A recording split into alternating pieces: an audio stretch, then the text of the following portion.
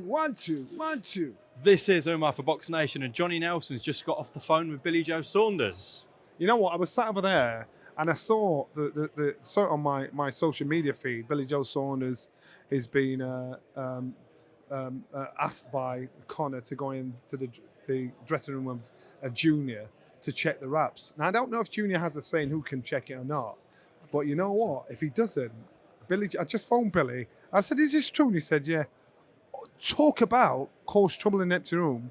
Billy's the best wine-up merchant going. I remember when he was in the gym, he's a proper wine-up merchant. Now he's laughing on the phone saying, I'm going to have fun with this. So, you know what? It was the last roll of the dice, and I wonder if Chris is aware of this. So I phoned him just to double check, and he said, yeah, I'm doing it. I'm there. Chris is pretty ice cold, but I know the grudge, hatred might be a strong word, but I think there is a bit of that with Billy Joe and Chris. As I said, Chris is very ice cold, but if you're going into the ring in front of 70,000 people and you're getting your hands wrapped and Billy Joe Saunders is standing over there, do you think that's going to get into his head? Billy Joe is got the bottle in the front to be as annoying as possible. And he'll be stood there overlooking the wraps saying, nah, I'm not happy about that. You've got to take off and do it again. And if he creates as much drama and hassle in that dressing room as possible, because Chris has been cool. He's orchestrated everybody from Piers Morgan to Eddie Hearn to Conor. He's been cool. So now to have that's the last roll of the dice just before we get in the ring. And I said today will be the last chance these boys will be able to get in front of each other and get under each other's skin. What a move. Good move from Conor Benn then? Oh, great move. Great move. And no matter what you think, it's a great move. And even Chris is going to have to think, good move, nice move. He's got to swallow that. I spoke to Billy a few times in the last months, and he's always mentioned potentially coming back. Yeah. Has he told you anything privately? Or you know what? Billy can come back if he wants to. Doesn't have to. Doesn't need the money. He's very comfortable in life. He was, as I spoke to him, he was chasing a horse around the field. So life's sweet for him. So if he's coming back, he said it'd be out. He's bored. That's it. He's bored. So for somebody to commit themselves to the hard training, the hard work, and the hard commitment when fighting, that makes them dangerous at times because you're throwing yourself into a situation that's just not nice. So don't be surprised, but he doesn't have to do it. If Eubank wins this and he decides to come back, still a big rematch, him and Billy Joe? Oh, without a doubt. Without a doubt. That is a thorn in Chris's side. Billy. It's a thorn in his side. And Billy's dining out on that regularly. So again, yeah, it's a potential fight. Where are you going tonight in this jacket? What do you mean it's how I roll? It's my casual stuff. It's my smoking jacket. That is anything but casual. It's how I roll, baby. Johnny, in terms of the fight itself, now we're 48 hours away from it. Has your mind differed at all? Because I'm hearing Chris, which is probably not a surprise, is struggling at the weight. I don't know that for a fact. It's just what's going around. You know what? I can't. I said I'm going to wait for the weigh-in before I make my final answer in regards to how I think this fight will go. Common sense and paper, you look at it, it's got to be Chris.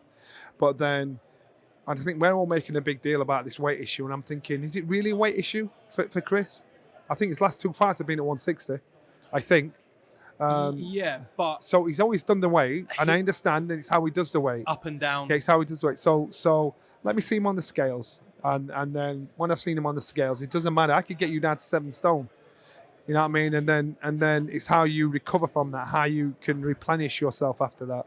So let's just wait and see until Friday after the weigh. Okay. If he is okay at the weight, what's your gut instinct about Saturday night? Gut instinct is too big, and it's too long. And his style of fight, Conor has to put a pace on him, and that is the best chance for Conor. Let me ask you about a cruiserweight clash on this bill. Brandon Glanton, give him much of a chance against William Smith? I do. They both take a shot, and they both give a shot. I don't see it going the distance. It's a case of who can hold the shot the longest, whose punch resistance will fail them first. But it's a good fight. And Glanton, you know what? I remember when he came over and he was talking about him fight. He was trying to shout off to Isaac Chamberlain down in Brighton, and Isaac's like, "Who are you? I don't even know who you are." And now he's got the chance. He's actually I gather. I think he's with the Chris Eubank's banner. So then, good for him. Good for him. Great opportunity. I wanted to ask you about this, actually. I haven't spoke to you on camera since I did this piece with Frank and Eddie. You might have seen the clip where I was making fantasy fights of fighters who Frank has promoted and Eddie. Oh, yeah. So you had Johnny Nelson v Tony Bellew. This was what was said. Hang on. Oh, I saw it. I know. I now remember. I saw it. At his best was a hard fighter to beat. They're such babies, aren't they?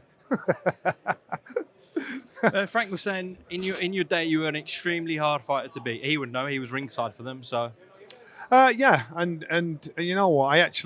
I looked at it and I smiled. It doesn't matter what anybody says who'd beat A or beat C, B or whatever. I know it was never Ricky Hatton. I know it was never as exciting as a Ricky Hatton or Nassim Hamid.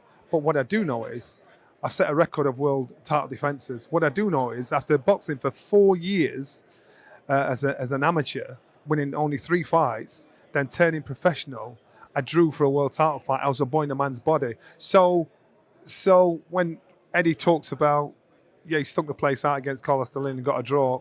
Yeah, I did. Nearly finished boxing. yeah, I did. I was a kid.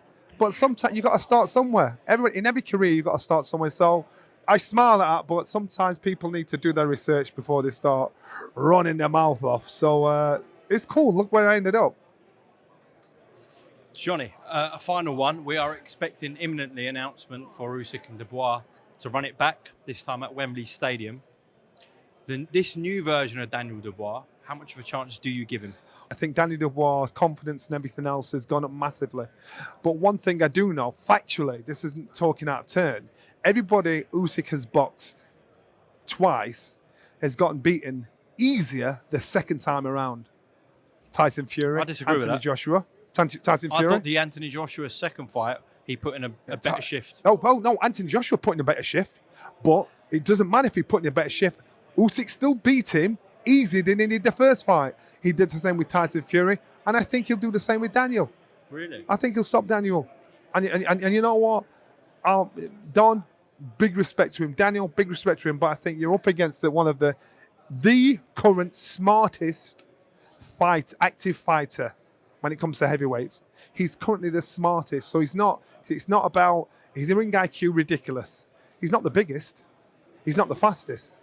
But he's the smartest. And look at the trail of destruction he's left behind him. That's just my personal opinion. But we all have opinions. Was that a low blow? Huh? Yeah, no, it wasn't a low blow. It wasn't a low blow? No, I don't believe it was a low blow. And that was his chance. That was Daniel's chance to take advantage of a shot that he got. So he showed he's got the power. He showed he's got the ability to put him down. So if you're saying that, you don't rule him out in this rematch then, do you? No, not at all. Not at all. Not at all, because it wasn't a low blow. But you know what? Usyk was smart enough to think quick and milk it. Took advantage of the naivety of the referee, took advantage of everything you could all see. What did he do? He turned it around and ended up dealing with Daniel. And so the thing is, as I said, boxing IQ. He understands every aspect of our sport.